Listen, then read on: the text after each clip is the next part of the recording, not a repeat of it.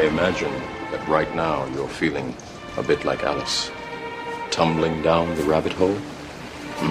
Let me tell you why you're here. You're here because you know something. What you know you can't explain, but you feel it. You felt it your entire life. That there's something wrong with the world. You don't know what it is, but it's there, like a splinter in your mind, driving you mad. It is this feeling that has brought you to me. This is your last chance. After this, there is no turning back. You take the blue pill, the story ends. You wake up in your bed and believe whatever you want to believe.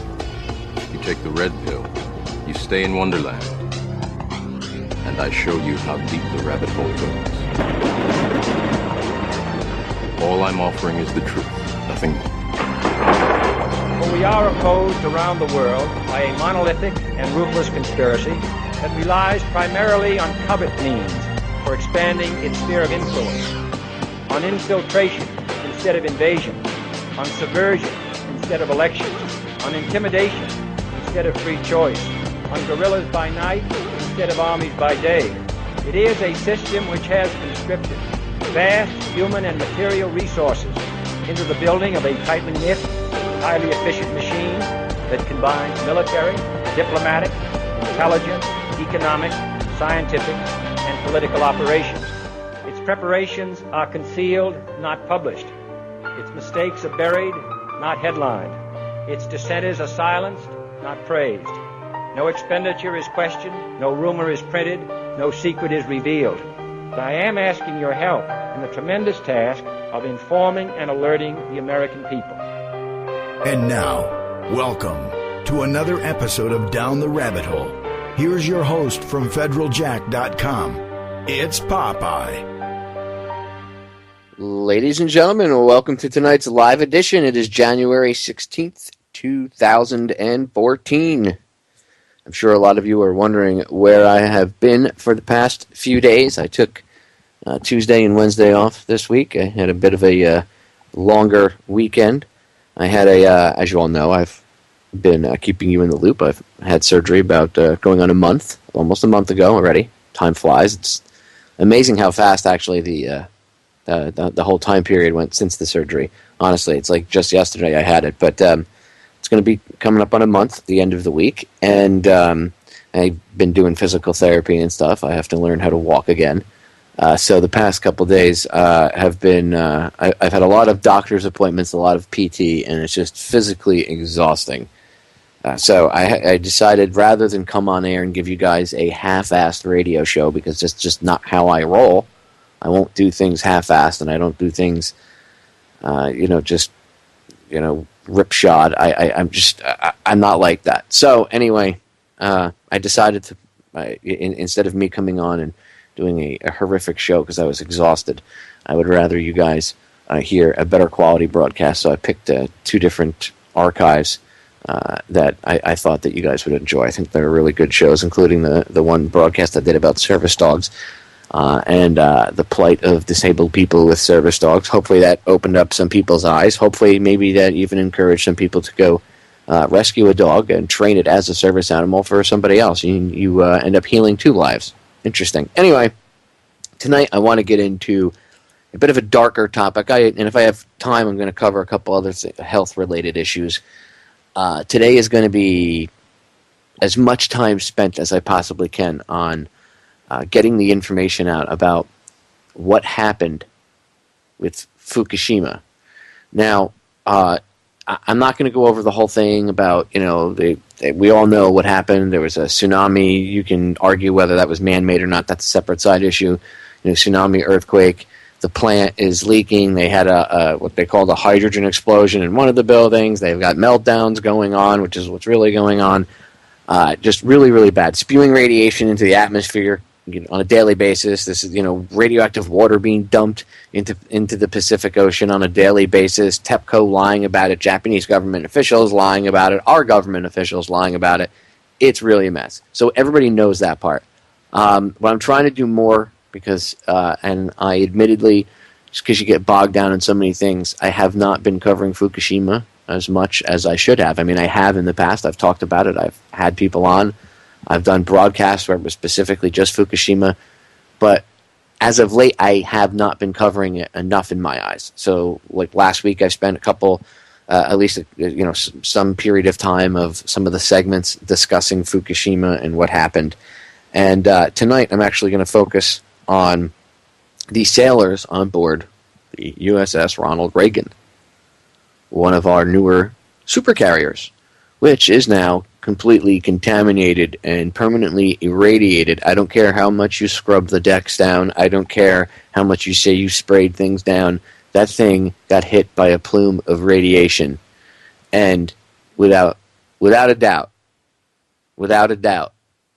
that thing is going to be radioactive for a very long time. It does not matter how much you scrub down the outsides of that thing. There's just no way they're going to get every inch of radiation off of that thing. Plus the exposure, once that thing's exposed to radiation, once the radiation gets into certain parts of the ship, there's just, what about the air ducts?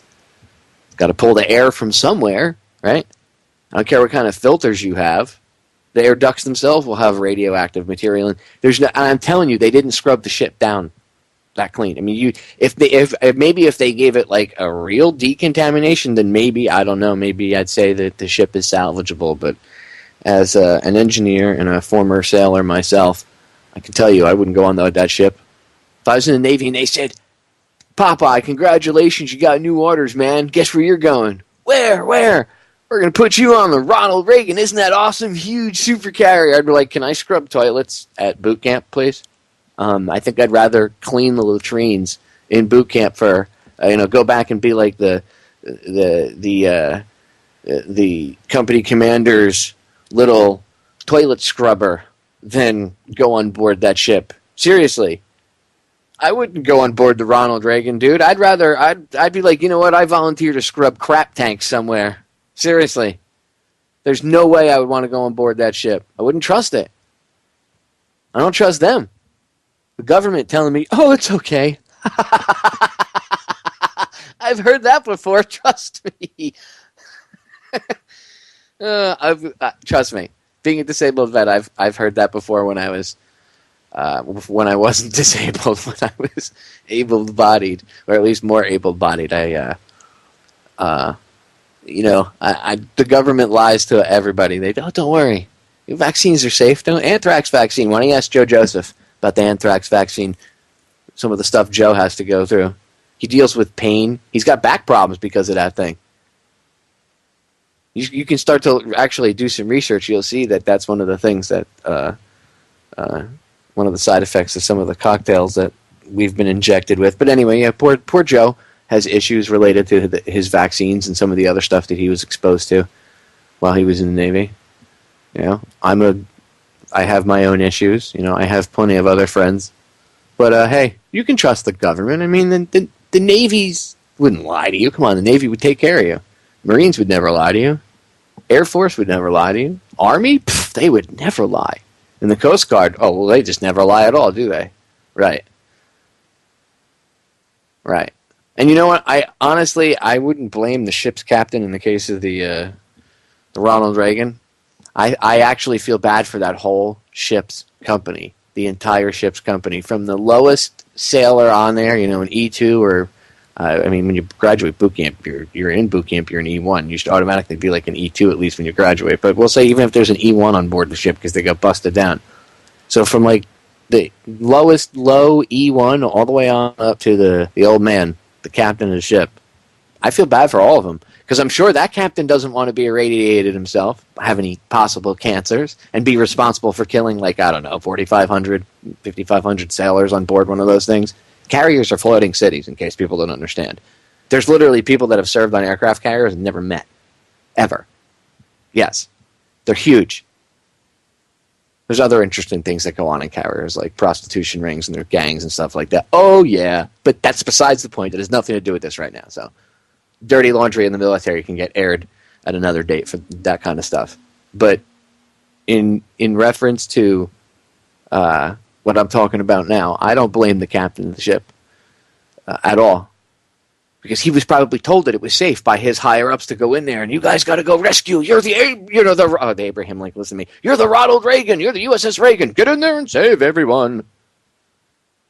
We're the Navy, the global force for good, sent right into a radiation plume. Now, who up the food chain might have known that that radiation plume was bad? I don't know. I can't point a finger, but somebody had to have. Somebody higher up or somewhere in the chain of information there knew that it was deadly, and they didn't tell that entire ship's company. So I don't blame people. A lot of people could say, oh, well, I blame the officers of that ship. No.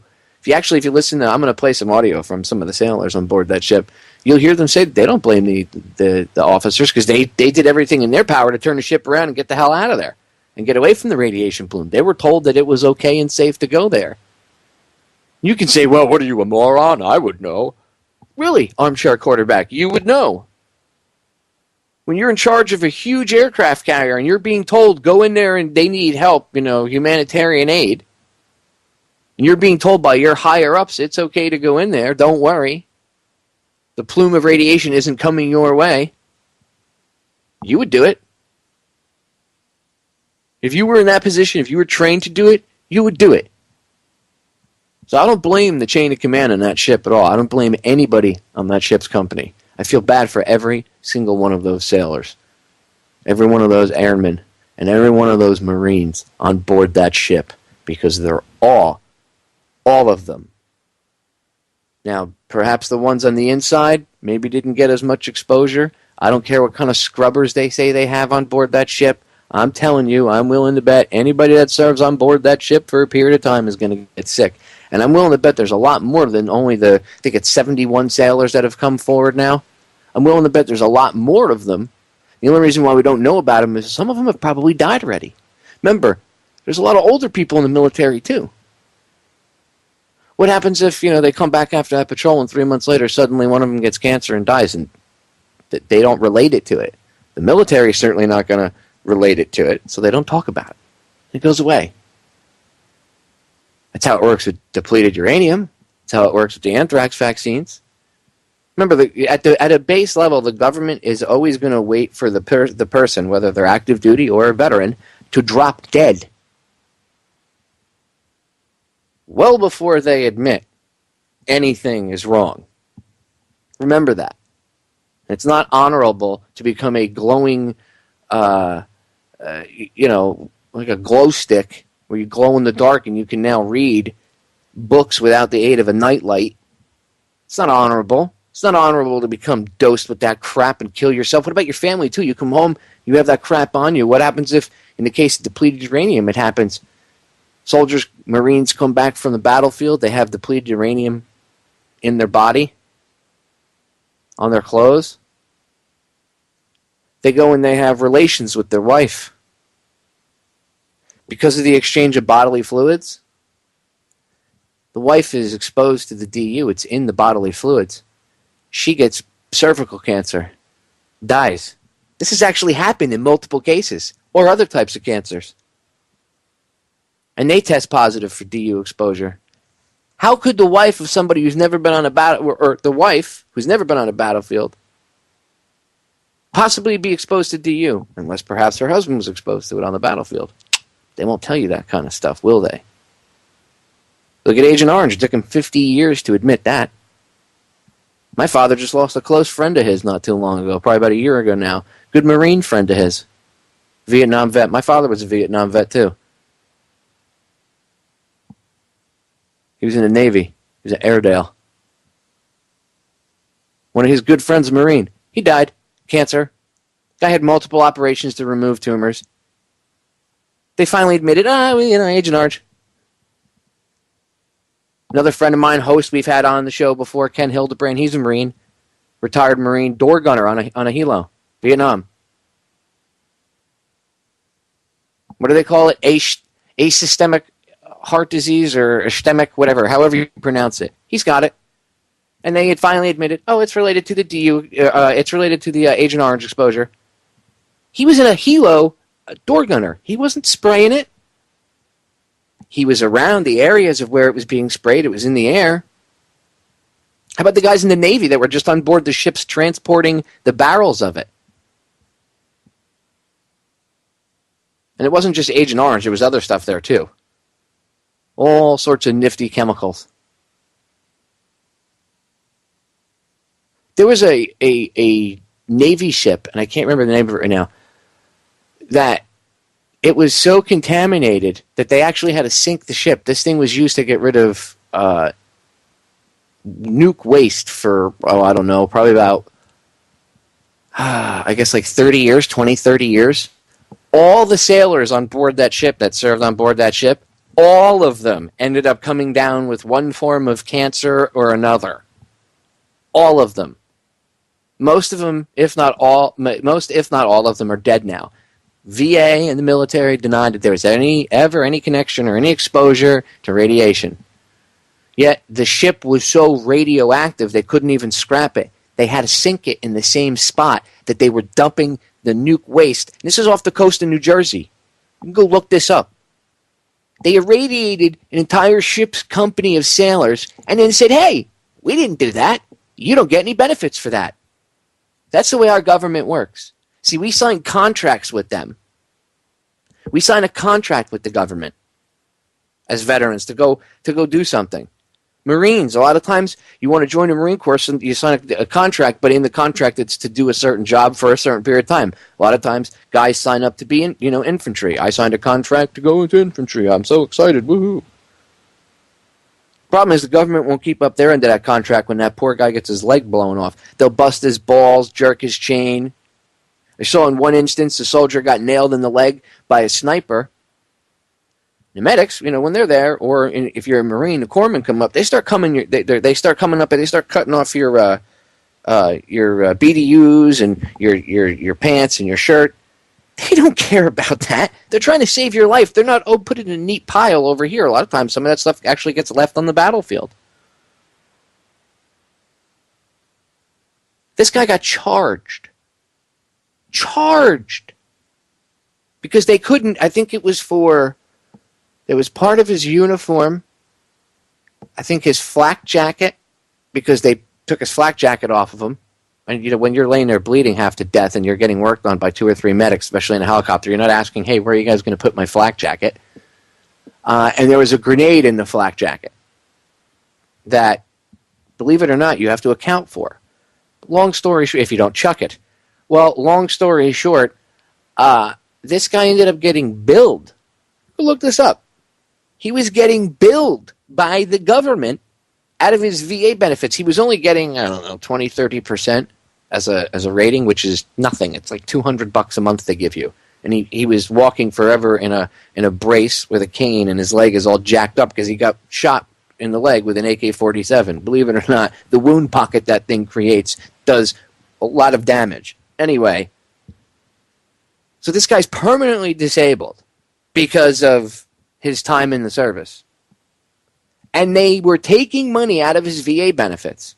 They did the same thing to me, believe it or not. I had to fight 6.5, almost 7 years to prove to them that I didn't, that I had whatever. I didn't even want to argue about paying them back, but that they were overcharging me. They said that I owed them a certain amount of money, which I shouldn't have owed them any money. But I when you get out, if they medically discharge you, you get severance pay. It's usually not a lot. Long story short, I got a tiny little amount. And when you get veterans benefits, the government actually makes you pay that severance pay back. I'm not kidding. Now, think about that. You get severance pay because they're ending your career. They're medically retiring you. Honorable discharge. I had, full fanfare when I got out. I had my, everybody in my chain of command showed up. People shaking my hands. Everybody, all well and good. But they medically retired me. So it's like being, when you get let go from a job, they give you a severance package, right?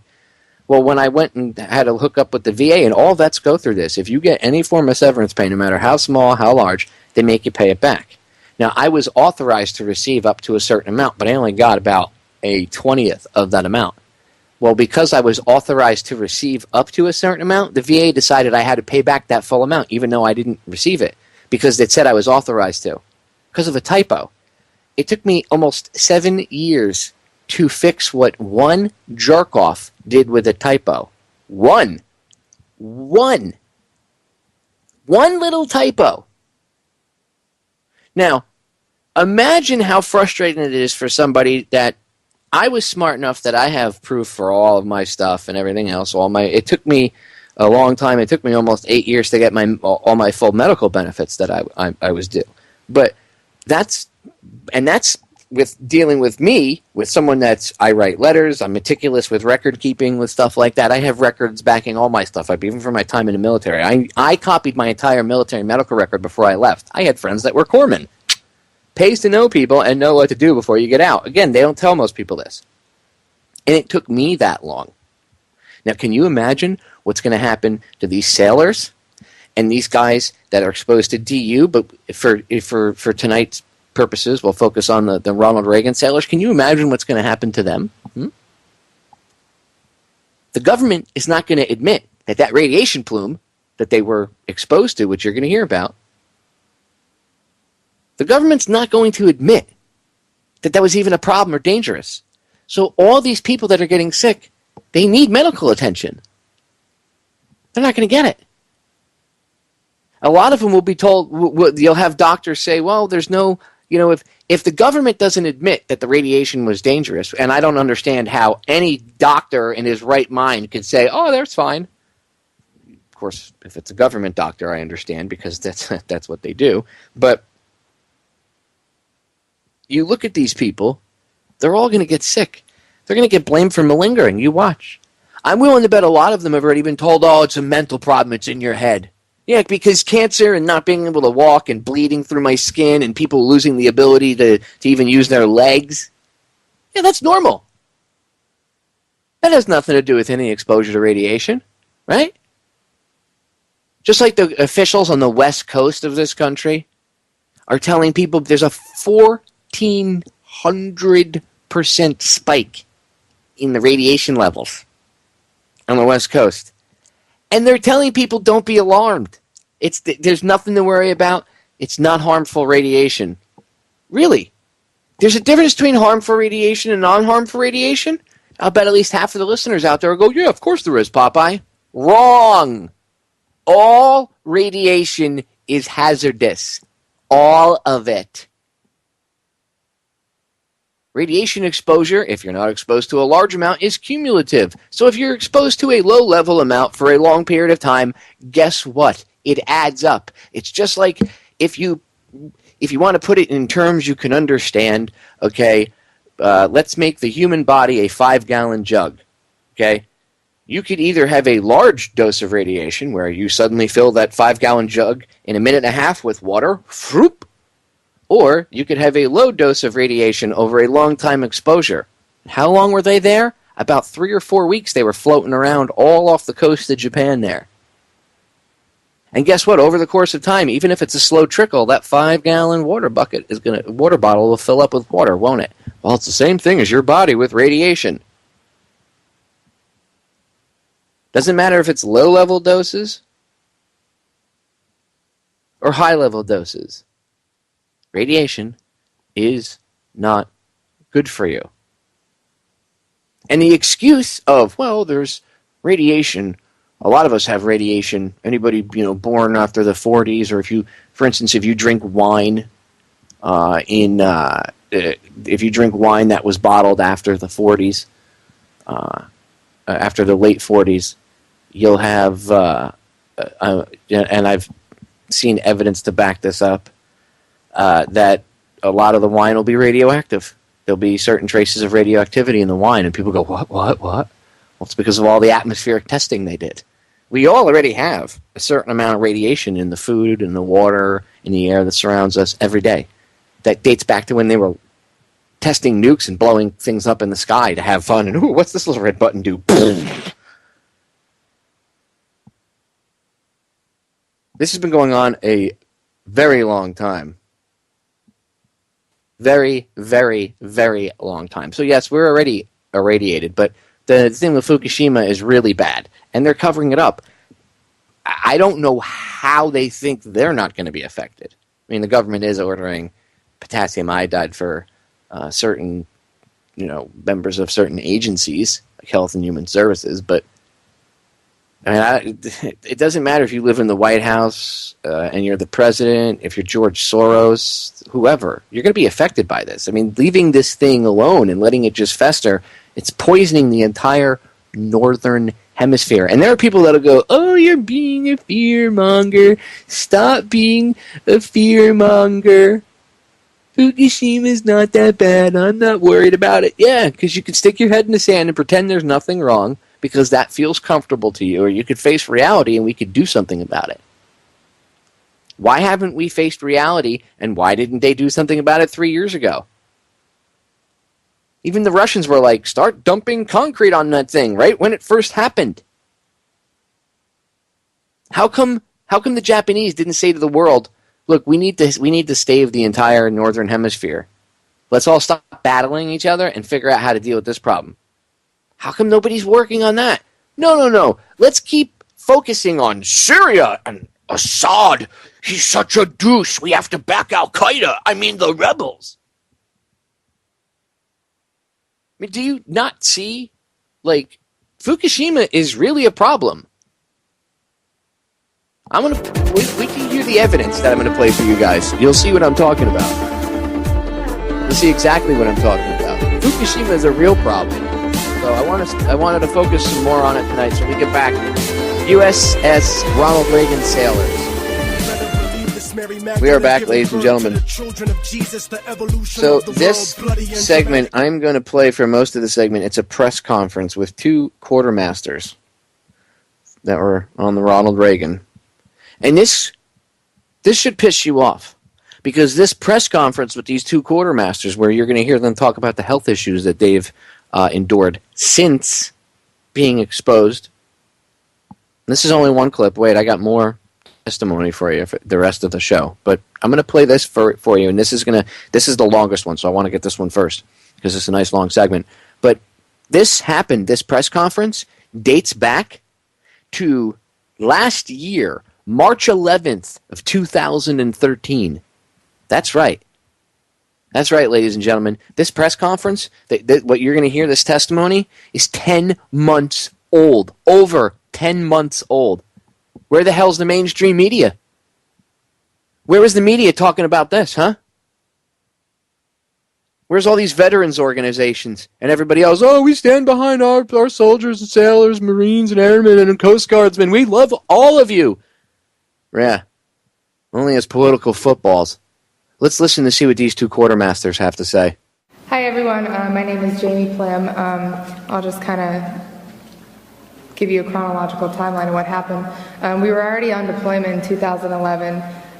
We were about to pull into a routine port call in South Korea.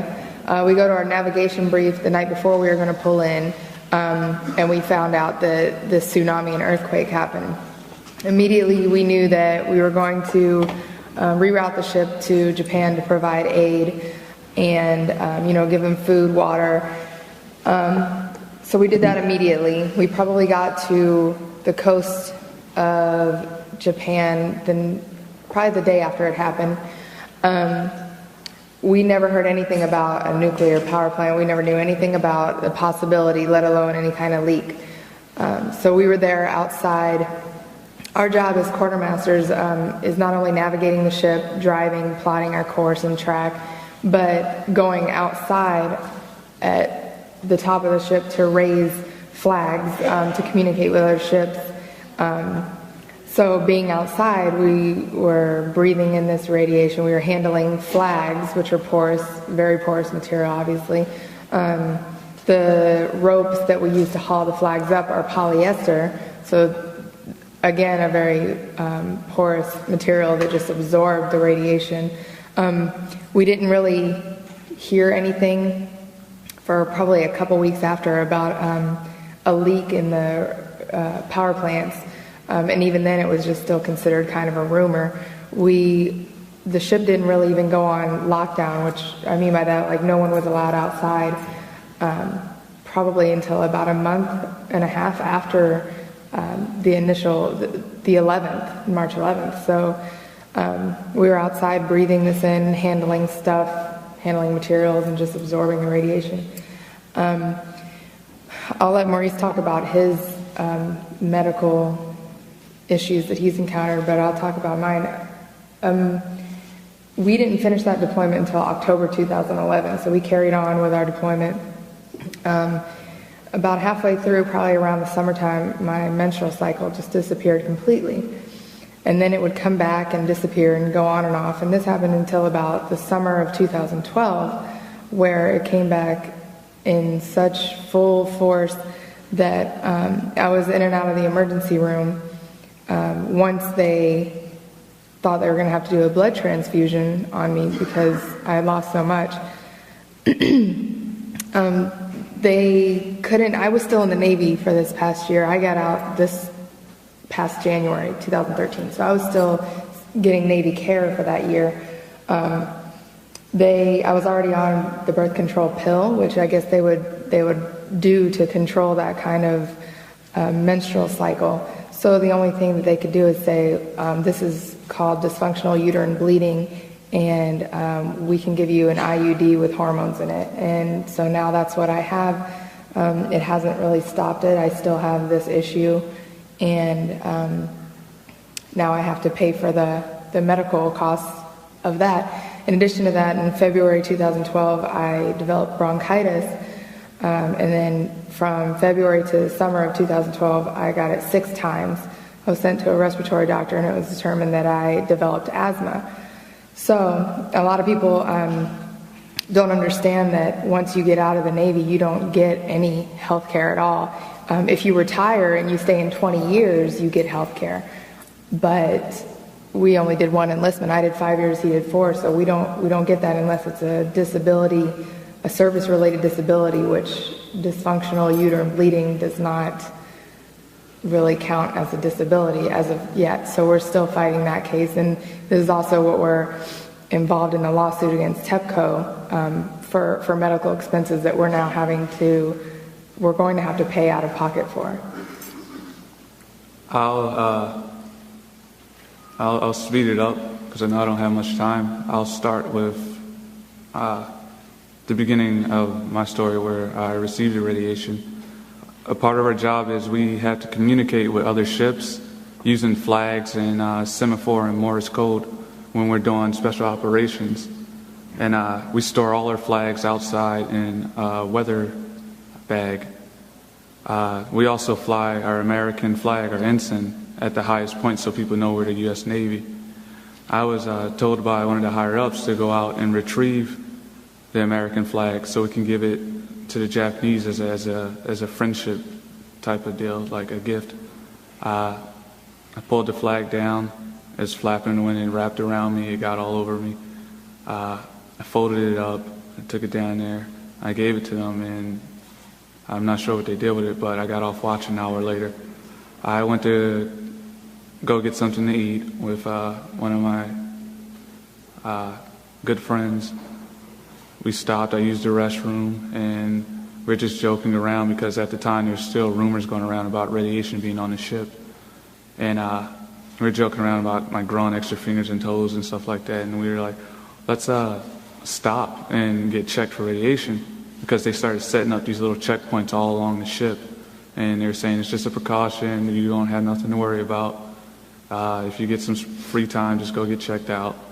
And we were joking and laughing, walking over there, and he gets checked first, and nothing happens. He gets his hands checked, and nothing happens, and he's like smirking like, I told you, this is just a waste of time.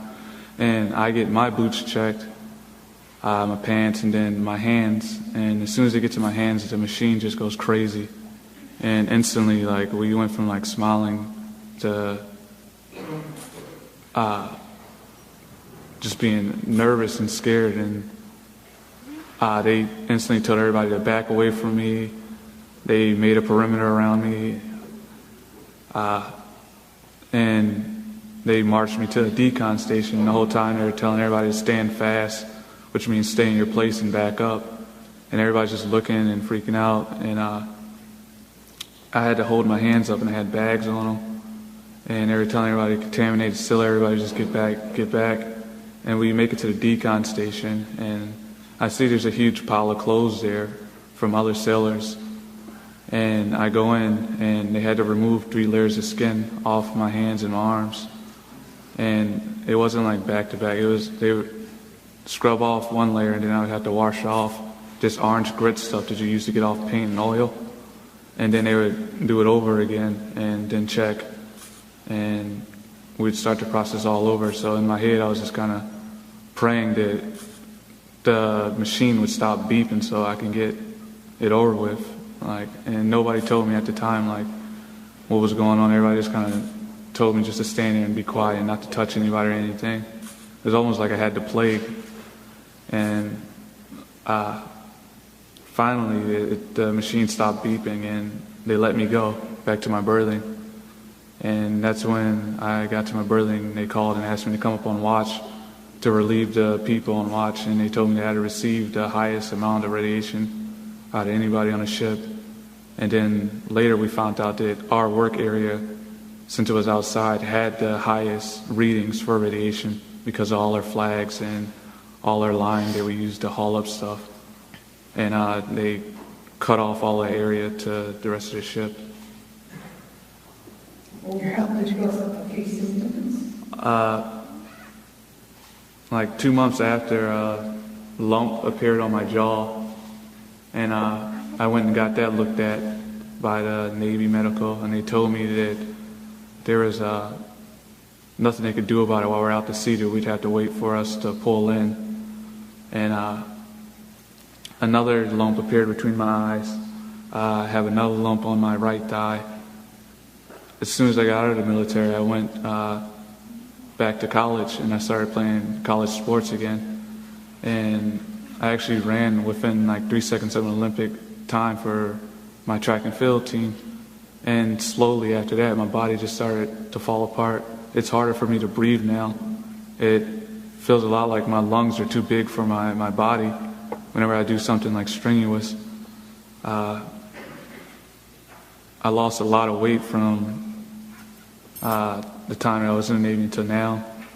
I got stomach ulcers, and in the last month and a half, it doesn't look like it, but my hair's started to fall out. I try to avoid brushing and combing it, and I'll wash it every 3 days, just because I don't.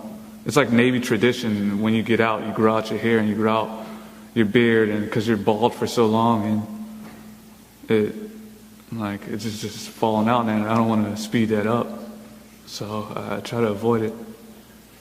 And what did you have to sign?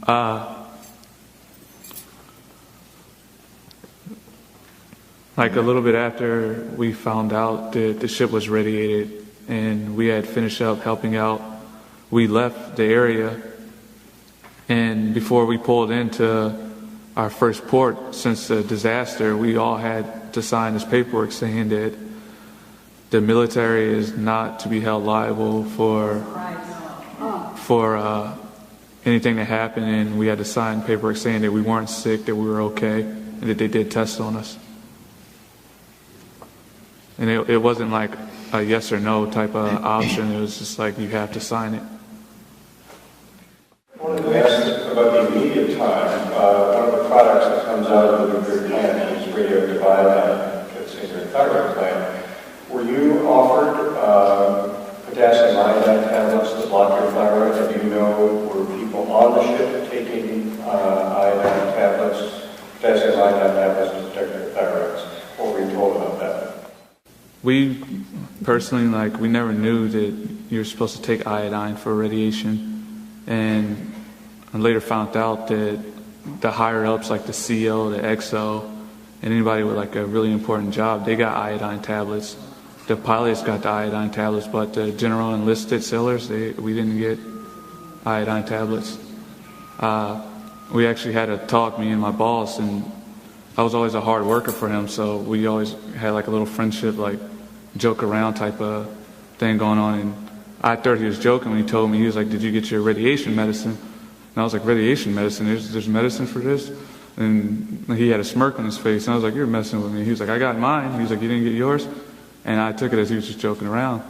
And then later on we found out that they had gotten iodine tablets. So. One of the hallmarks of the nuclear industry is secrecy, cover-up, and minimization. And you keep it a secret, but it sounds like a lot was kept secret from you, and perhaps still is. If you can't do that, you cover it up, and it sounds like that's happening to you. And then the minimization, if you can't do the first two, then it's no harm to you at all. What has happened with your care now? Two questions. Did you ever get a thyroid scan? And have your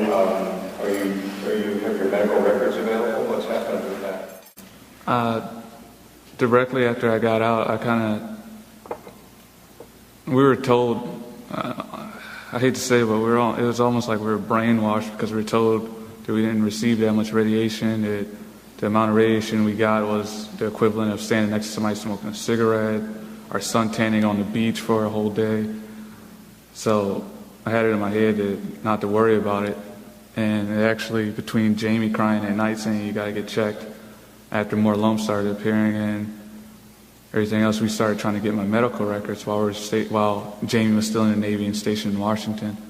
And they actually lost all the medical stuff that I was involved with around that time. All they had was my records from boot camp, which was like a flu shot and other stuff. The secrecy cover-up is no different than when we used to set off nuclear weapons in Nevada, and we marched soldiers down around zero after the blast wave occurred, with no monitoring of their radiation exposure whatsoever. And it sounds like you have gone through a similar process now.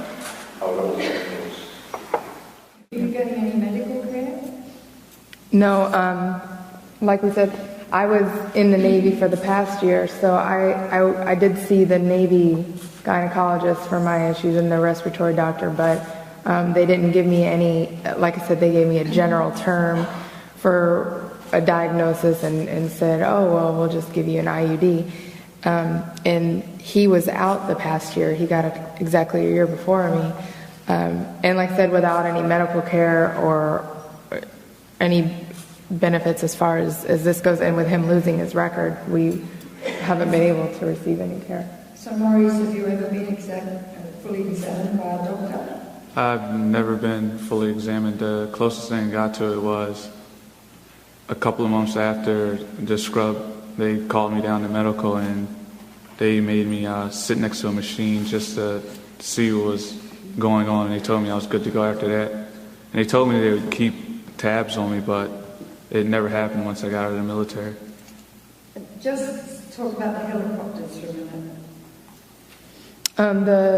We were on an aircraft carrier, so the helicopters are the ones that flew over onto land and to take food and water and supplies.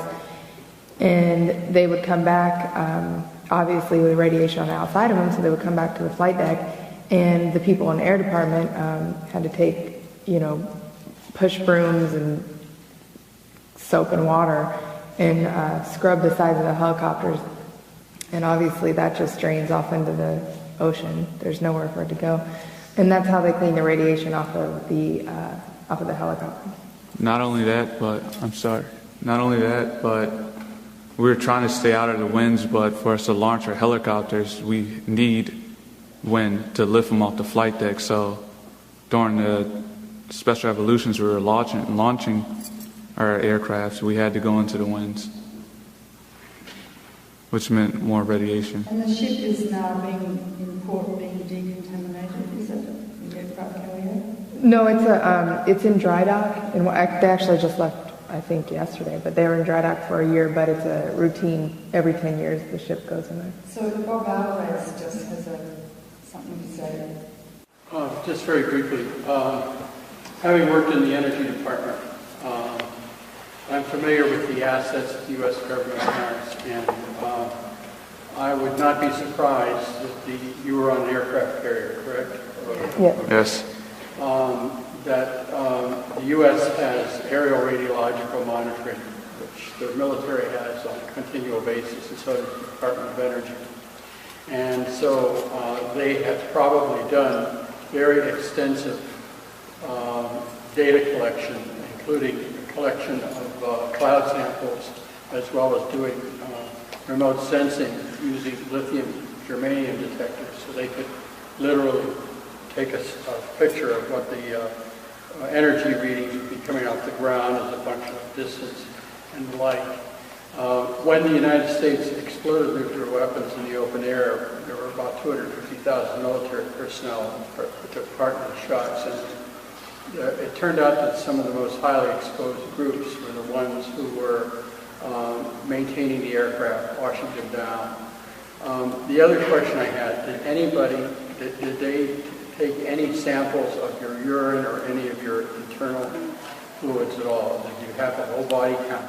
They didn't do that for anybody on the ship. Anyway, that's all I had.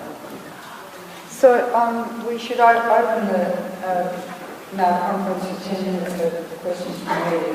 Dr. John Miller, did anybody tell you what dose, cumulative dose, they thought you got in those days? Did they give you any number in milligrams or grams? When it first happened, they took me down there to the decon station. They were all talking and whispering and talking to each other, and I was trying to listen in, and I could never hear how much I actually received. But they told me that all the people that was radiated, later on my boss told me, well, he was talking to somebody else and he was yelling. He was like, I want to know how did the guy in our department get the highest count of radiation on his ship, and he's not even in the air department. And after that, that's when our whole department got sent down there to get tested for radiation. And they locked down all our weather decks, but they never told me the exact number of what I received. So that, in fact, the Navy and the U.S. government absolutely knew what they were being exposed to purposely, yet they can't sue the U.S. government, so they're suing TEPCO for lying to them. But in fact, it's the U.S. government who's lying. And Jeff and I think Andy would be prepared to go to court to support these people who are suing TEPCO. And that's the U.S. government.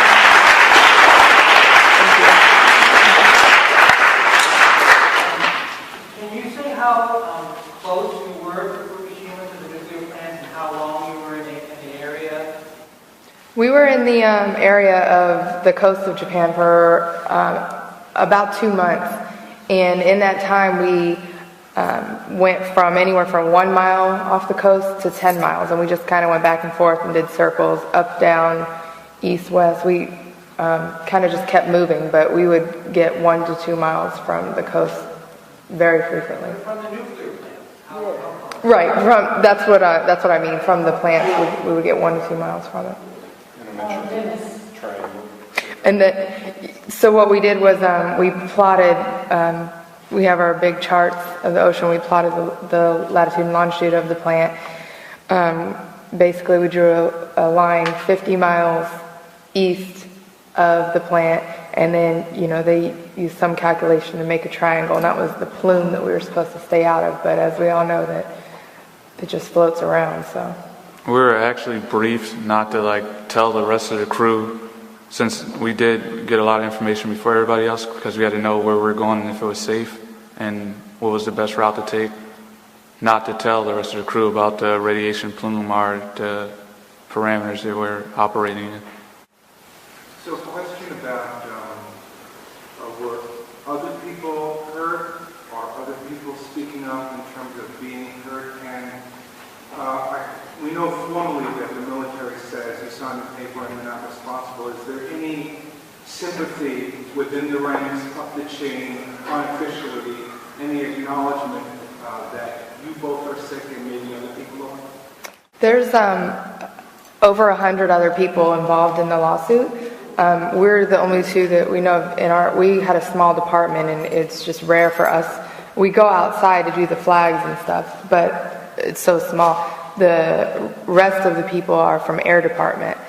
So there are a lot of people. We don't know them personally. It's such a big ship, but we're talking to them and everything. And so they already came forward, and they're involved. And there's actually, since our interview last night that aired on TV, a bunch of people have emailed Jamie, higher ups, senior chiefs, saying that they were sick. and I think they're going to try to get involved. A lot of the other people we didn't know, and we kind of talked to through our lawyer, Paul, and find out about their stories.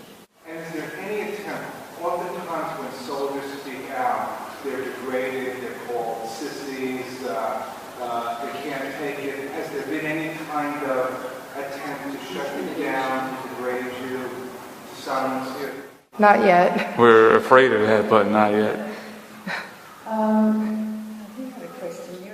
I'm just wondering, have you talked with attorneys about the validity of this evidently coerced waiver that you had to sign? Can it be challenged? From the time you join until you get out, you lose all your rights.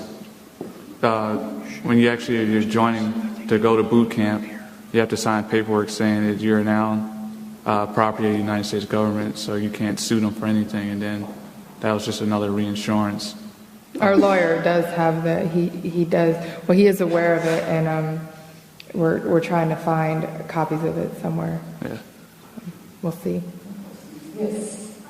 Hi, Jake, you said that it was about a month and a half that you didn't know that this had happened. Mm-hmm. The two of you were on the same ship? Yes. Okay. But yet you said that you were supposed to not tell anyone. Well, so we, in any kind of situation like that, they cut off the cable, internet, phones, so that you can't really get rumors, you can't get bad information, you can't share information, just as a protective measure. So we didn't know that this had happened, and when they did, probably about a month, maybe around a month and a half later, tell us, hey, we need to draw this radiation plume to stay out of. But don't tell everybody else, because it's really safe. We're just taking precautionary, and we don't want to everybody on the ship to get all worried, and everybody it would cause an uproar of 5,000 people. So. Actually, we were told that it was we never knew that the plants actually blew up. We were told that it was a small leak, and they were just taking precaution. That's why we were putting it on a chart, and it would be. They would update the digital part, so because there was digital touch screens all on the bridge of where we were and where the ship was in relativity to land, and they would update it, our department head, and then they would have us updated on the charts, on the paper charts. So every day, like, the parameter would change, and we would put down a new territory where we couldn't go in, and then finally it just stayed in that area, and they told us not to go out and add to the rumor mill. Because right now they were just taking precautions not to get everybody to get all panicky. So as young people who were listed, you must have felt very betrayed, and you must still be having that feeling. Yeah, it's a hard, it's still kind of, like he said, we sometimes are brainwashed into thinking that, oh, everything's fine, they wouldn't do that to us. So it's a weird situation to be in. When this was going on, there was people trying to commit suicide. There was people trying to get off the ship. It was like you're living in fear every day. It was horrible. Well, I think we'll wrap it up now for the media specifically, because this is a media conference. Are there any media people who really... Are you a media person? Yeah, yes, I am. I'm representing the newsletter.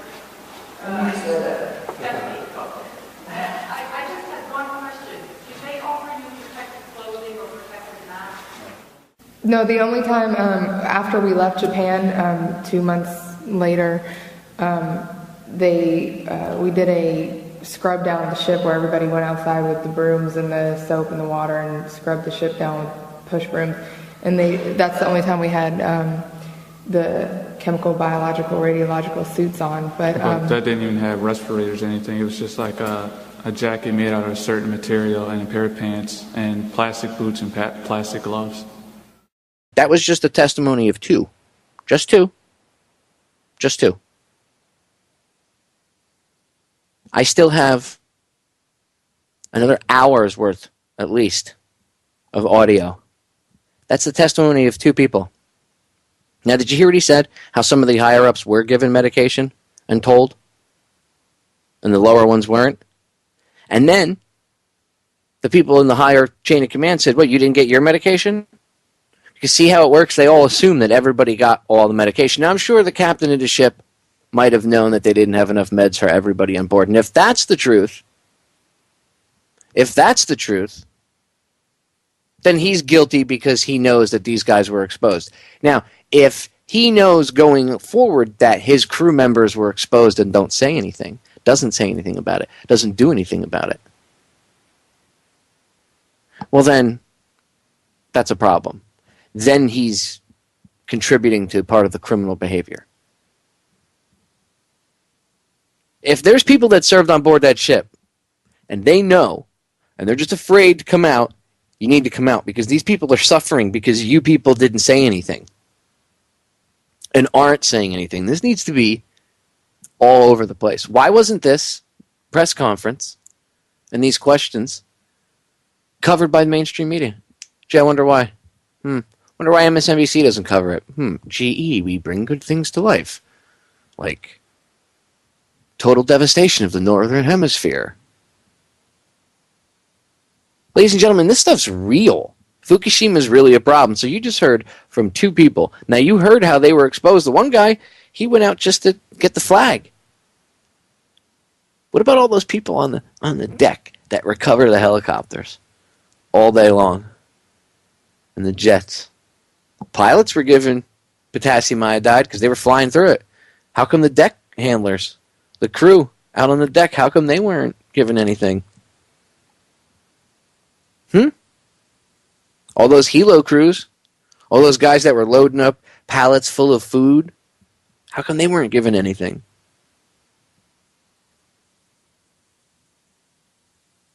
Doesn't that make you mad? Do you know how many people were exposed on board that ship? The whole ship's company. And by the way, to the people that were on board, maybe, perhaps you might know about it. The captain, maybe you know. Maybe you know something was up. And you took potassium iodide. I think that's only going to protect your thyroid. You're going to have other problems, Captain. You all will.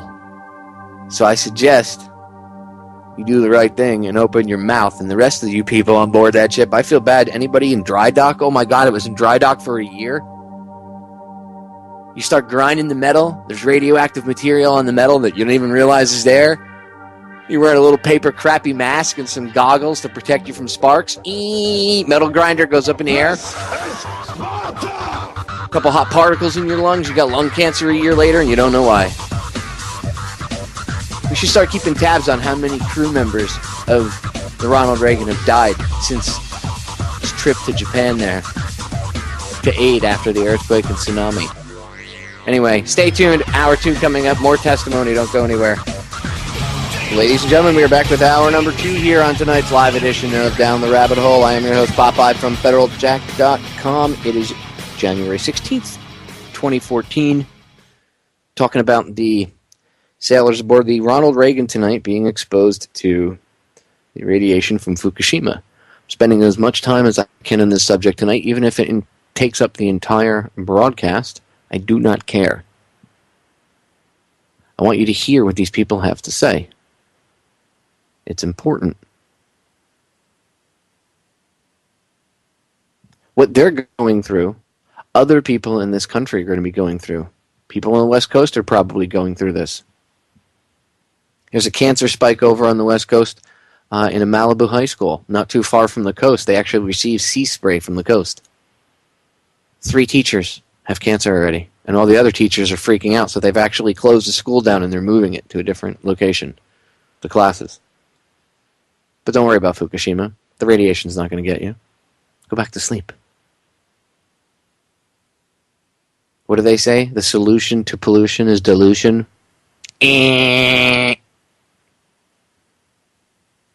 Radioactive tuna. I told my father about the radioactive tuna. And he had the same reaction that even I had when I first started reading about it. He said to me, well, what, do I stop eating tuna? Well, no. I mean, there's certain areas you could probably get tuna from. But even if you were buying tuna from the Great Lakes, to be quite honest with you, it's in question. All of that is in question. Honestly, people go, what should I do? Get a Geiger counter. I would buy a Geiger counter, and I would take it with you when you go shopping. They're small handheld ones now. Take it with you when you go shopping. You buy a can of tuna, run the thing over it. If it starts pinging, don't buy the tuna. If the store manager comes over to you and says, what are you doing? You say, well, I'm shopping for food, and I want to make sure that my food that I'm getting isn't irradiated because there is some stuff from California. And unfortunately, the tuna that I was going to purchase is pinging off the charts. Just so you know, I would take care of that. And then continue about your shopping. If he harasses you, you say, it's a Geiger counter, I'm allowed to have it. It's not illegal, and I want to make sure I'm not buying irradiated food. I mean, don't go in there with a film crew trying to make a freaking... And if you're going to make a YouTube video, please be smart about it. Be nonchalant when you're using your camera phone. Maybe use a little clip-on camera or something and clip it to your shirt or something and do it. Sleight of hand. Don't be so obvious. They are watching you on those cameras, by the way. Anyway, I would carry around a Geiger counter. Anyway, the plight of the U.S.S. Ronald Reagan sailors. Sailing right into a plume of radiation. Let's hear what their two attorneys have to say, and then you're going to hear from a few of the... you're going to hear from a Marine that was stationed on board, and you're going to hear from another Navy sailor. And you're going to hear about their health problems. Let's hear what they have to say. This one's a few minutes long. And then I got another story, separate one, that's actually in mainstream news. Another one, and I don't know if he has joined up with this group. Probably the attorneys reached out to him, but they're starting a huge class action lawsuit against TEPCO. See, you can't sue the United States military. Yeah, it's part of the contract you sign.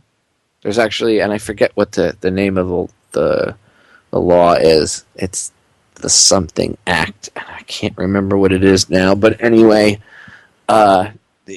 you can't, when you're in the military, say you get hurt and they expose you to DU, right? They lie to you and don't tell you that DU causes cancer, and 50 years later, or Agent Orange, okay?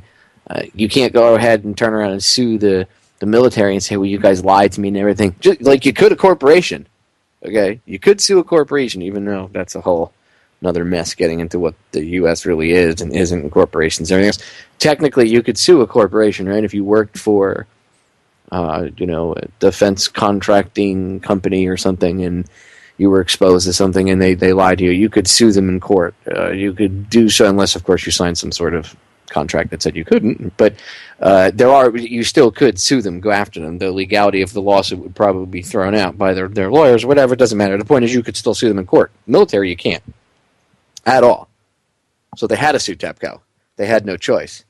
But like that one woman said that was speaking with the two quartermasters at the press conference, the Navy lied, the government lied. It doesn't matter. Somewhere in the food chain, somebody had to have known, and I agree. Even if, like I said in the beginning of the broadcast, where we don't blame any of the ship's company, okay, we blame somebody higher up than the ship's company. And even, like I said, if there's foreknowledge, the captain knew and hid certain things, whatever, that's a whole separate issue. But somebody somewhere knew.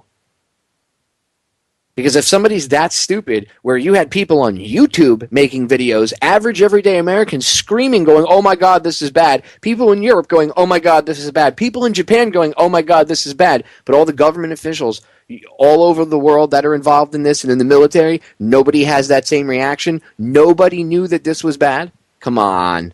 Come on. I was born at night, but not last night. Plaintiffs are military personnel who were operating aboard the U.S.S. Ronald Reagan or other ships within the 7th Fleet, including the Washington, the Preble, and several others. And they were performing a humanitarian mission known as Operation Tomodachi to deliver food and supplies and clothing to the people who were ravaged by the earthquake and tsunami. We represent 51 young sailors, many of whom in their 20s, who have various illnesses. For example, we have a 22-year-old kid who's now blind in both eyes. He has a tumor. He also has leukemia. No one in his family has ever had these kinds of problems before. Many of our plaintiffs have various illnesses such as testicular cancer, excessive menstrual bleeding, various gynecological problems that have surfaced without any kind of family history. And the only causation that can be connected to these medical life-threatening issues is their exposure to radiation in this Operation Tomodachi. So the thrust of our case is that these people were never warned about the true situation on the ground and the fact that they would be entering into a radioactive zone, such that they would all receive what's been described as low-dose radiation, but it was repetitively given to them over days. I mean, from March 12th for at least 3 weeks, in some instances longer. So the thrust of our case is basically that the Tokyo Electric Power Company was operating a facility that they knew was a problem. These U.S. sailors went in to deliver water, to deliver food. They did not go in to battle radiation. And TEPCO, the company that operates this power plant, misled the United States Navy regarding the level of the radiation. So these soldiers went out, many of whom jumped into water to rescue people, not knowing that at the very moment that they were swimming in this water, TEPCO was releasing millions of gallons of radioactive water into the Pacific. And so 2.5 years later, they are now stricken with these life-threatening illnesses. So we are suing at this juncture for an unspecified amount of damages. We're suing this foreign corporation because they are doing business in America. Their second largest office outside of Tokyo is in Washington, D.C. This foreign corporation caused harm to American rescuers. And they did it in a way that give rise to jurisdiction here in this country. Specifically, the U.S.S. Ronald Reagan and many of the Seventh Fleet were based right here in San Diego. So that's why we're in the federal court in San Diego. There is a bar known as the Ferris Doctrine, which prevents service people from suing the military for situations that occur during their performance of their duties. That's the aforementioned law I was speaking of a few minutes ago, that you cannot sue the United States government or the military for anything that you're exposed to or injured or whatnot while you're in the Ferris Doctrine. That's what it was. I could not remember what it was. That's it. But the real reason is because the U.S. military is not responsible for the victimization of these people.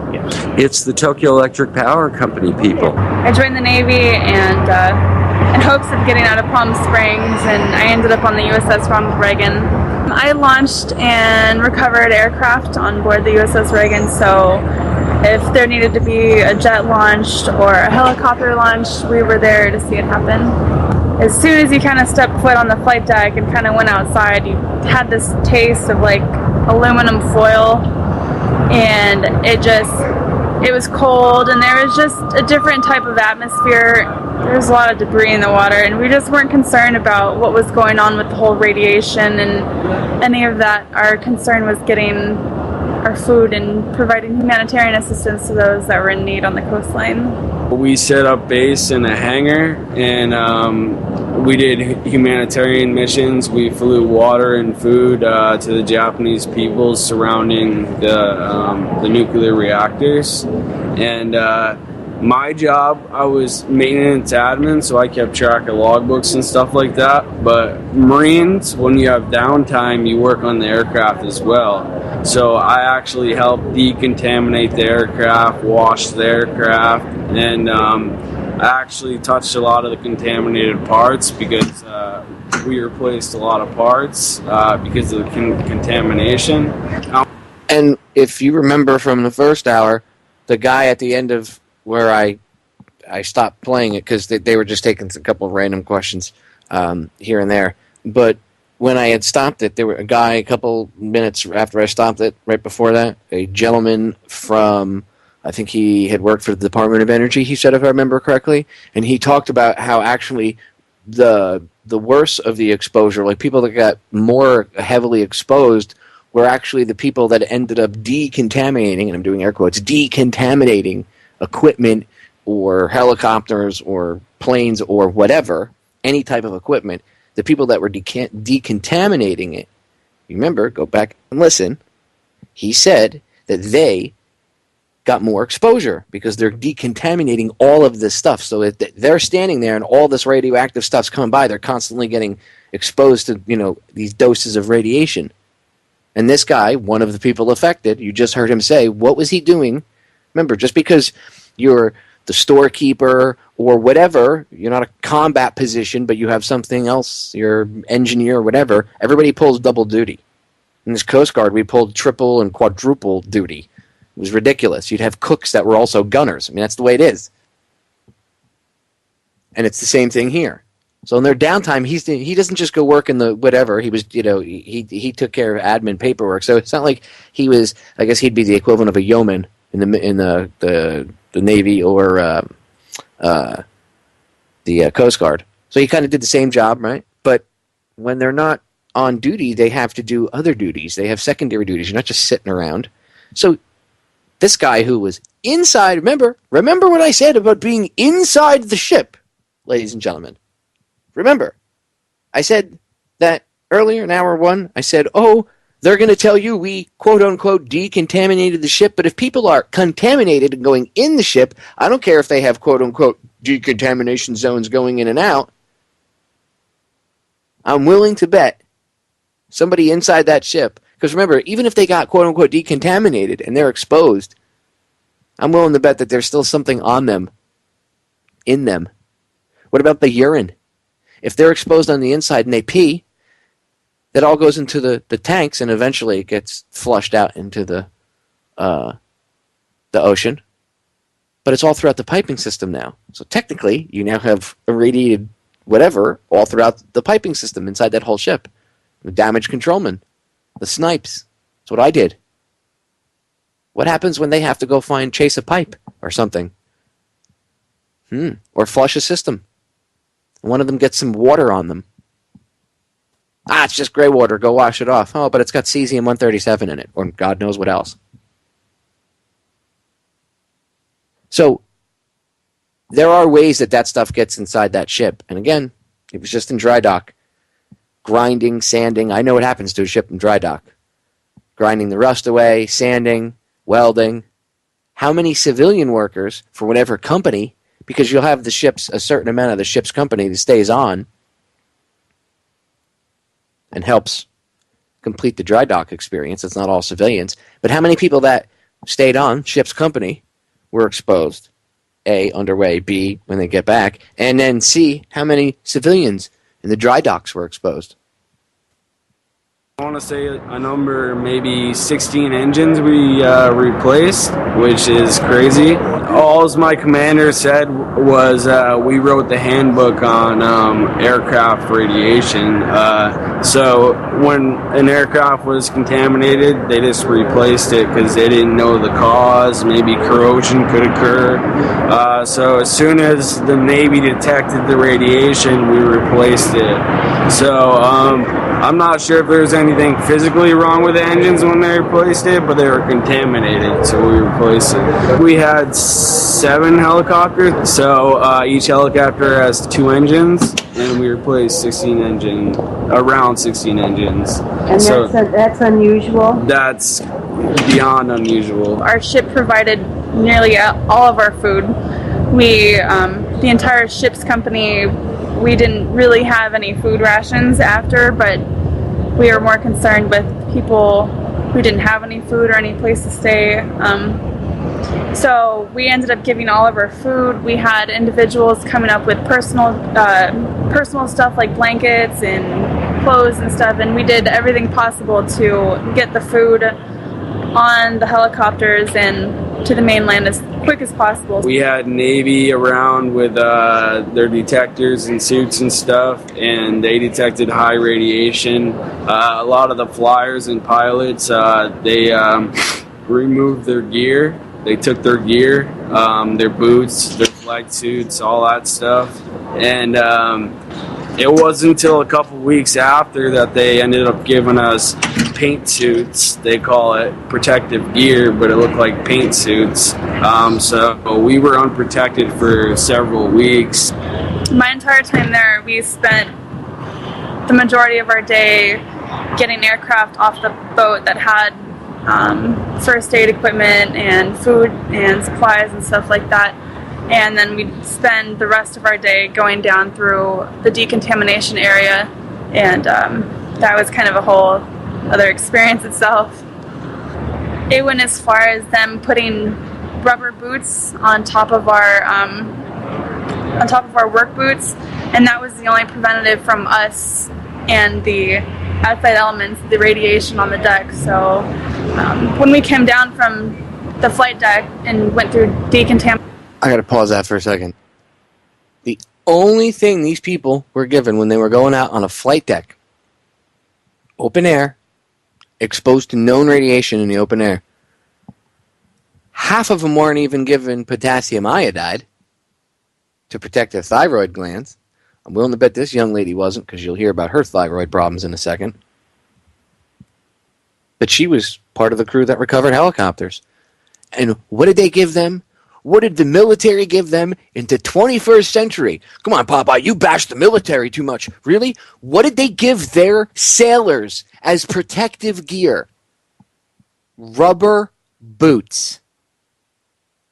Rubber boots. Shame on whoever had that call. And again, if that goes up to the old man or whoever was in charge of that. See, I don't blame them for the radiation from Fukushima and heading into it, because obviously they were told to go in there and told it was safe. But at a certain point, they had to have known. They should have taken better precautions. There's still failure in the leadership, and that's where you hold them accountable. Again, I don't blame them for the radiation plume itself, but I blame them for things like that. Rubber boots? That's what you give your sailors to protect themselves from radiation. In the 21st frigging century, this is what we're doing. And people wonder why I say don't join the military now. Oh, Papa, you're a vet. Don't you think it's an honor tradition? Not anymore. I'm tired of seeing kids being lied to and being exposed and killed like this. People's lives being ruined. Don't worry, here's a pair of rubber boots. That'll protect you from the Fukushima radiation. It's the same government that's telling you right now not to worry about it. The reason I'm talking about this because I'm trying to get you to think, ladies and gentlemen. Don't be afraid. A little bit of fear is good for you. Yeah, I guess you should fear the radiation somewhat, but don't be, oh my God. Logic. Think. But understand that it's not false and that it is a real problem. And just because the government's telling you, oh, don't worry about it, guess what? You should be slightly concerned. But back to the Reagan sailors. They would scrub our boots and take readings off of our clothing, and if we had articles of clothing that were contaminated, they made us take it off. And oftentimes there are people who were stripping down completely behind curtains and were putting on little cloth suits so they can walk back to the berthing and change because they had their entire clothing taken away, and we weren't really prepared for any of that. I received no protection, but like I said, I was maintenance administration, so but a Marine always helps out with every job when you have downtime. So when we transported the contaminated parts to the supply, I was in contact with the contaminated parts to replace them. The first helicopter that came back with radiation, the boat was kind of unsure what to do with it. We had never, from my understanding, the Navy had never been in a situation like that before where they were exposed to radiation, and they had a high amount of personnel who were going to be exposed. By the way, where's all the training for if there was a radiological attack? What happens if you're in the middle of fighting and the country you're fighting lights off a dirty bomb near your ship? mini nuke or something. You're going to tell me they don't have contingencies for that? I mean, think about it. They're telling you they don't have contingencies for what to do with a helicopter when it comes back irradiated to their deck. As a former sailor, I find that really scary. You guys don't have contingency plans? All of those drills and the training that we've gone through? Joe knows what I'm talking about. What about all that? You don't maybe fall back to that and look through the books? Let's see. What to do with irradiated equipment? You don't have that? Really? That's not in a book somewhere? The whole quote-unquote Cold War?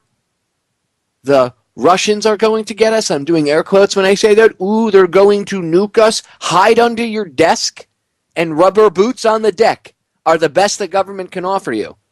The hide on your desk reference is, just in case anybody doesn't remember, my generation growing up, it wasn't Al-Qaeda in the closet that was bad. It was the Ruskies, and they used to have us do bomb drills, and they used to make us climb under our desks. By the way, how that is going to stop an atomic weapon from wiping out your school. Everything else will be decimated around you except the people hiding under their desks, right? Really? Anyway, let's get back to the Reagan sailors. I honestly don't think the Navy was ready to handle everything that happened, so the procedures were kind of jumbled a little bit, and you could tell the entire command was concerned because they were trying to do everything possible that they could to take care of us. I mean, we couldn't get any assistance from ships because ships weren't allowed to come in the area that weren't already exposed to the radiation, and no ports would let us in. Japan wouldn't let us in because we had too much radiation. Guam wouldn't let us in. Korea.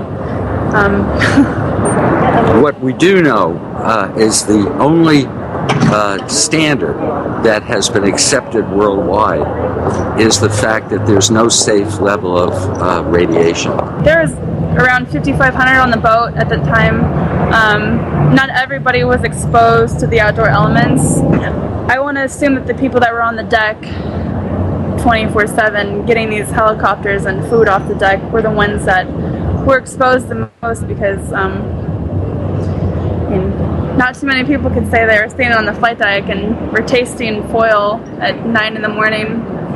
We thought that we had felt a plume because there was like kind of this warm air that kind of went past the ship, and you could kind of tell in the differences between like jet exhaust, and we didn't have any jets going around at the time, and I don't know, it was like 20 degrees outside and you could feel this kind of warm air, and you kind of enjoyed it at first, but then you're like, sir, is that aluminum foil that I taste? We had it in the air, in the water, it was everywhere. There was a point where I was downstairs getting water right before I had to go back up top, and I was filling up my Camelback, which is a big jug that has, water you can put on your shoulders and stuff. And the ship's captain came on board and secured communications and said, I'm going to pause it right there because the break's sneaking up. And I will continue playing this. We're almost done with this piece, and then I have one more. I'll play it on the other side. Just wait till you hear she's filling her Camelback and they secure communications. Wait till you hear what the ship's captain comes on board and says, as people have already been filling their Camelbacks. Just wait. I bet you can guess. Stay tuned. All right, we're back, ladies and gentlemen. Let's get right back into it. Finish the audio from the last two sailors that I've been playing aboard the U.S.S. Ronald Reagan, exposed to radiation from Fukushima, and I still have one more, but this one's from a mainstream media report. The reason I'm showing you is, look, 3 different sources, 3 different sets of people, all on board that huge ship. Remember, she said the ship's company, about 5,500 sailors and Marines on board that thing at the time. I'm willing to bet they were all exposed one way or another.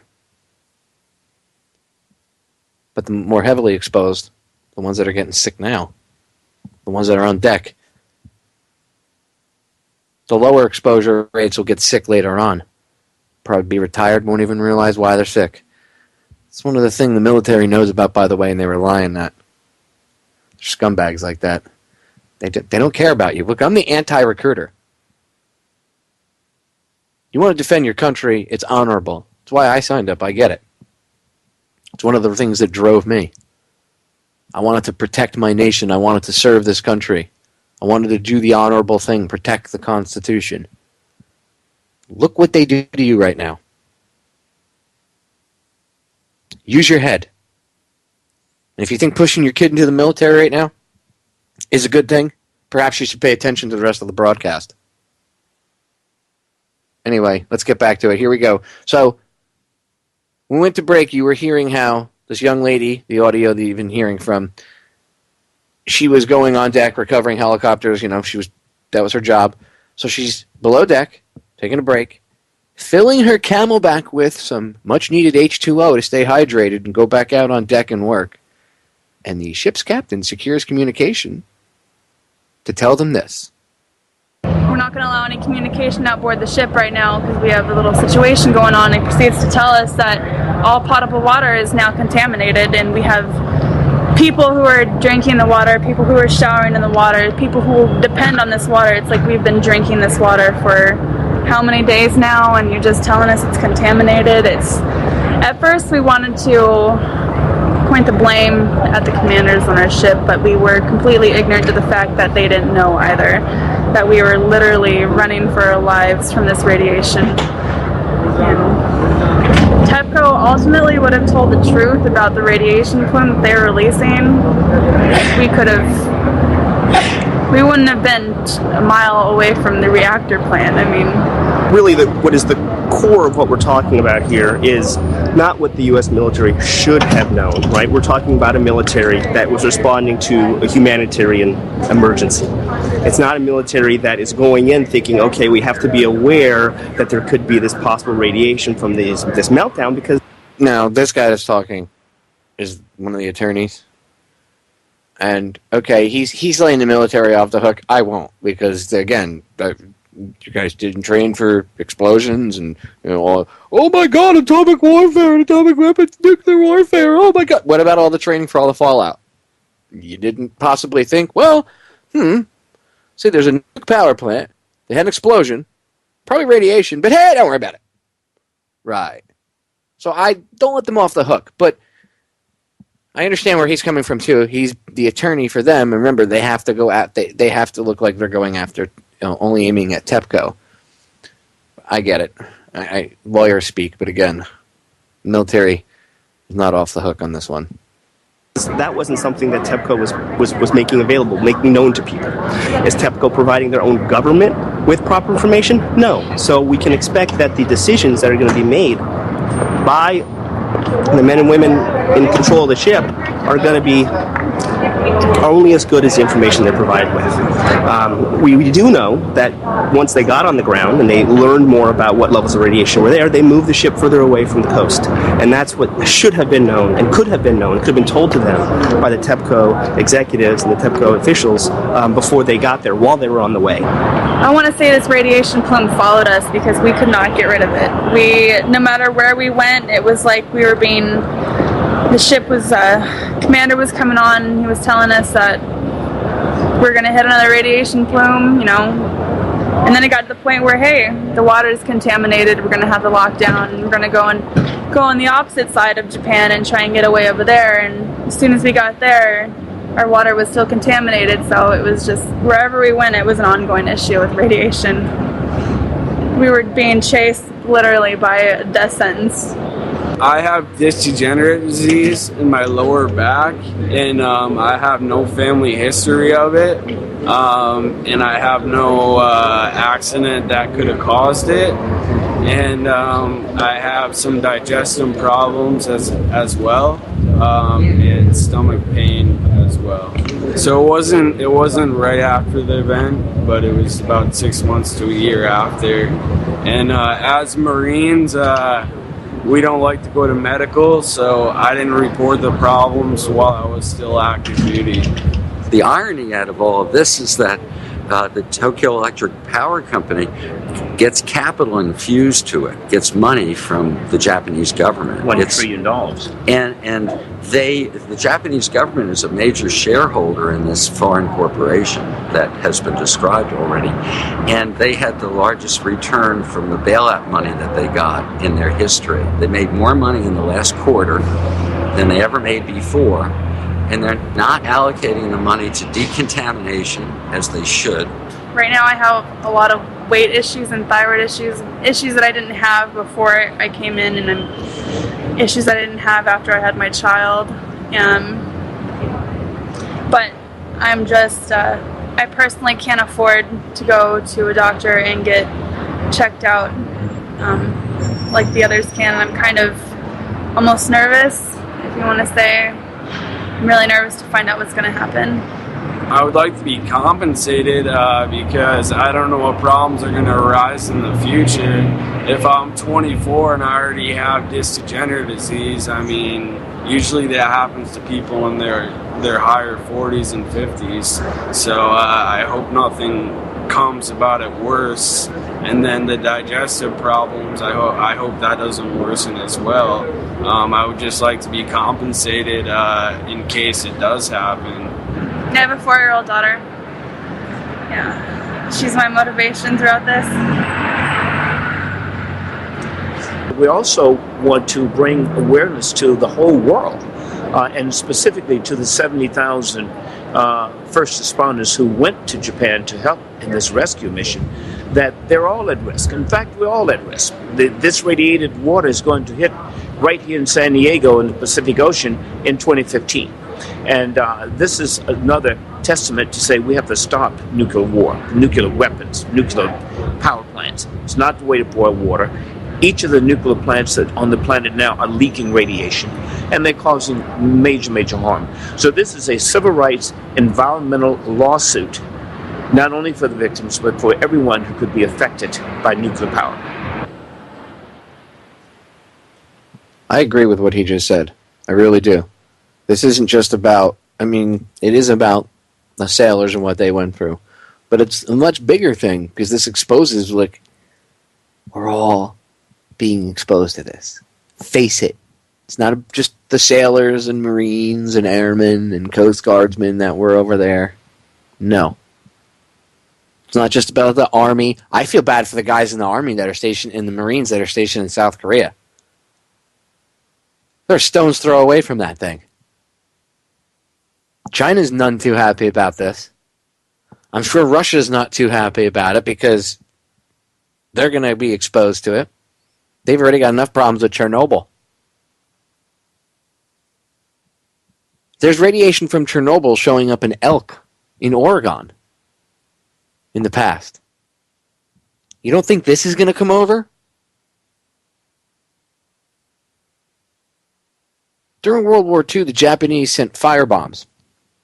They floated firebombs, literally, from Japan, across the Pacific,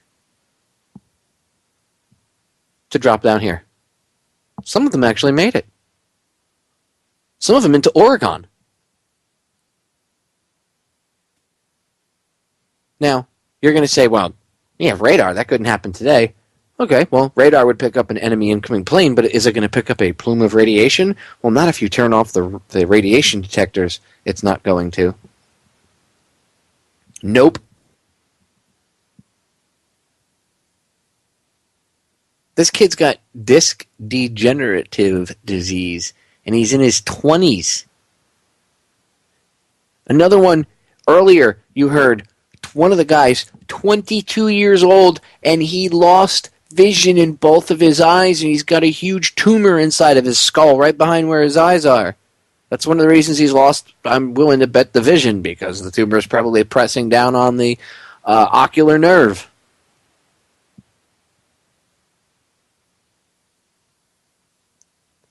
Where does that come from?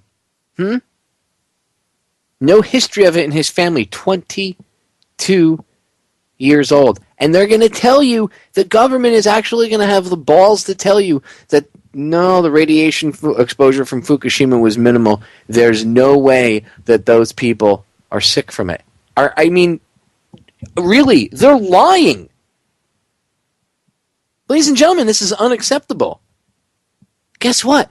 That same radiation plume's coming across the Pacific. A wave of it already hit the West Coast. Spike, 1,400 times. Past couple weeks, around Christmas time. What do you think that's from? It might not be as powerful as it was when it was over in Japan, but it's still a wave of radiation that's hitting the West Coast.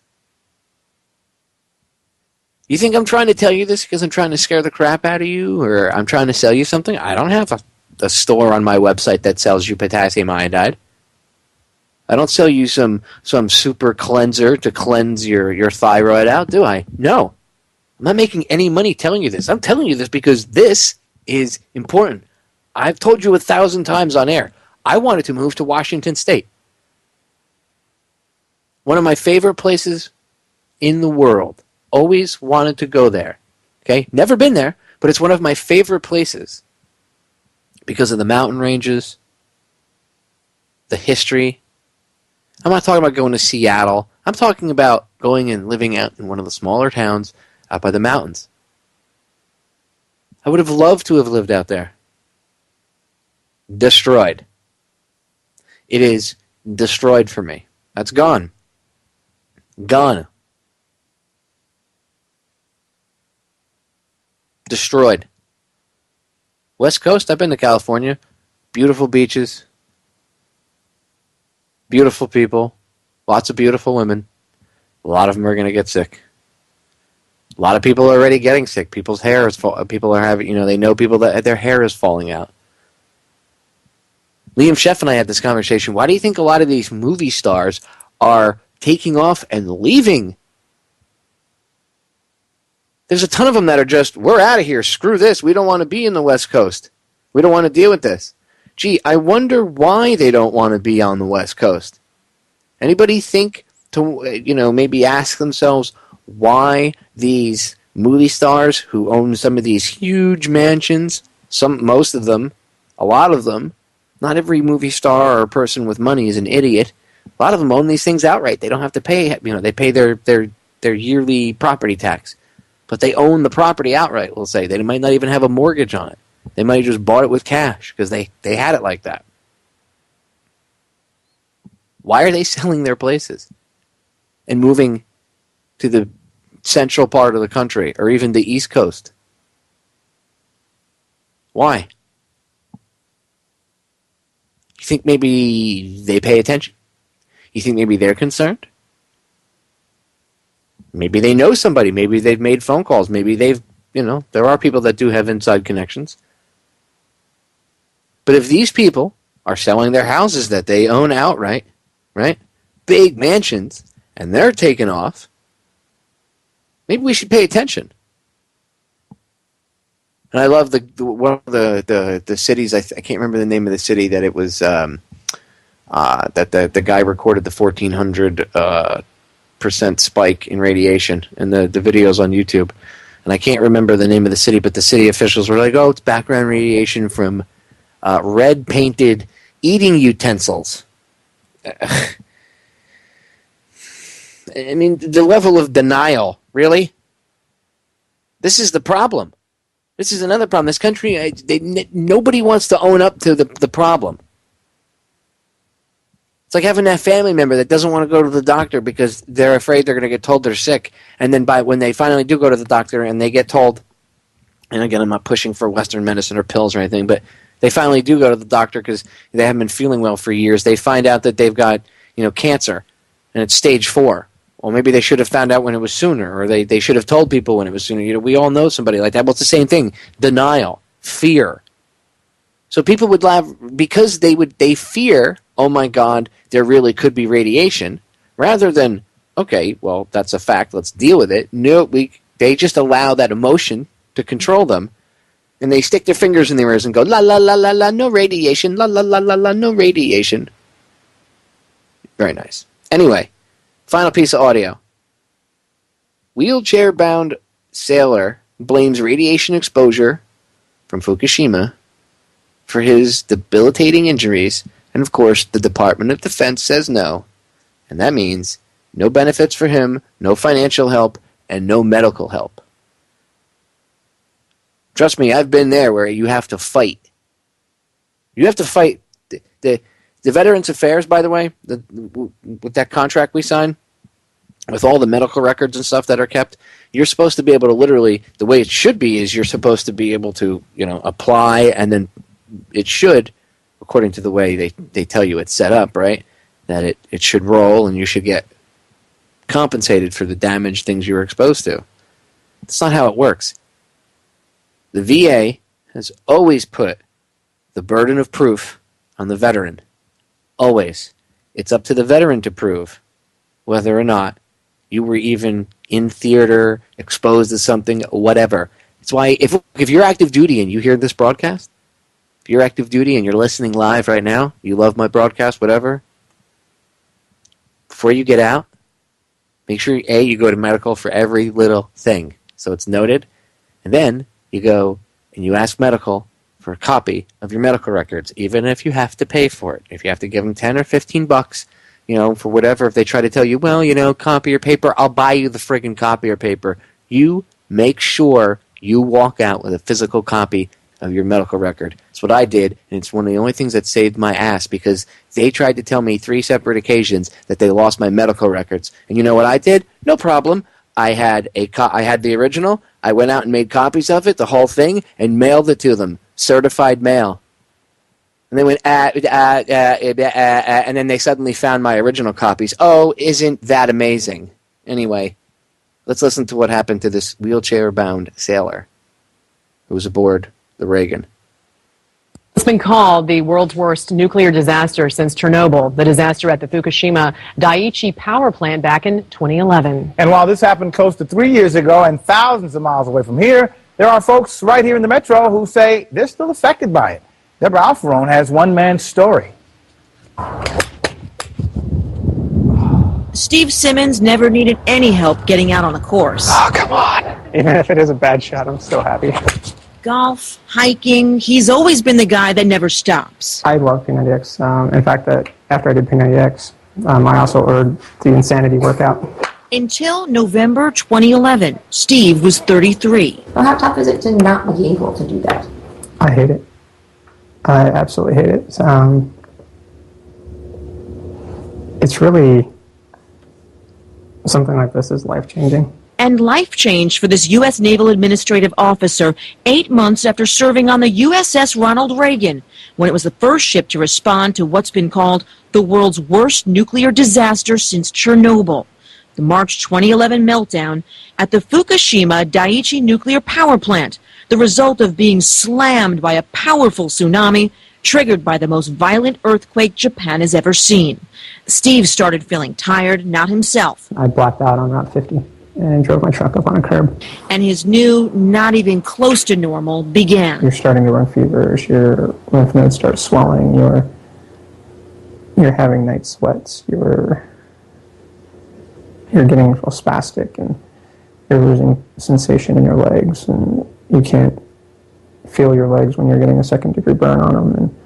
And how do you explain those things? Doctors couldn't. Steve's leg muscles eventually just giving up. And I was just in shock. Steve's then fiancée, now wife, Summer, had just moved cross-country to Maryland with her 3 children to start their lives together. Then this. Things change. And I borrowed a wedding dress. I started calling around, borrowed a wedding dress. We started looking for a chaplain. And we were married the day before Easter in 2012. In a borrowed wedding gown and his dress whites. And it was the last time that Steve was really able to spend the day on his feet. I gotta pause it right there for a second. I gotta give his wife some credit. She wasn't even married to this guy. She was dating him. They were still boyfriend and girlfriend, fiancés, whatever. And she knew he was sick. She already had 3 kids. She knew he was getting sick. They had already planned a different life. Suddenly, this hits them. She could have left this dude. I'm not saying she would have been right for doing it. There's a lot of soldiers and Marines and sailors and airmen out there that know what I'm talking about, where they have a hard enough time dealing with this whole change to their being. They're suddenly a new person. The person that they spent their whole life creating and building up is now different physically and that has an effect on you mentally. And a lot of times, people lose their wives. Or if it's a woman, sometimes they lose their husband. Because that person's not strong enough. And by the way, if they ever do that, don't think it's your fault. I mean, I'm sure if sometimes 50-50, whatever, personal, but if interrelationship. But if they leave you because of your disability, that's not your fault. That's their weakness. Don't ever think low of yourself like that. But this woman could have left him. She stayed with him, still married him, and she takes care of him. And you can see that she loves him in the interview. So, good woman. Kudos to you, ma'am. Steve can now only get around using a wheelchair. As far as the big picture, we still don't have a diagnosis of what this is, or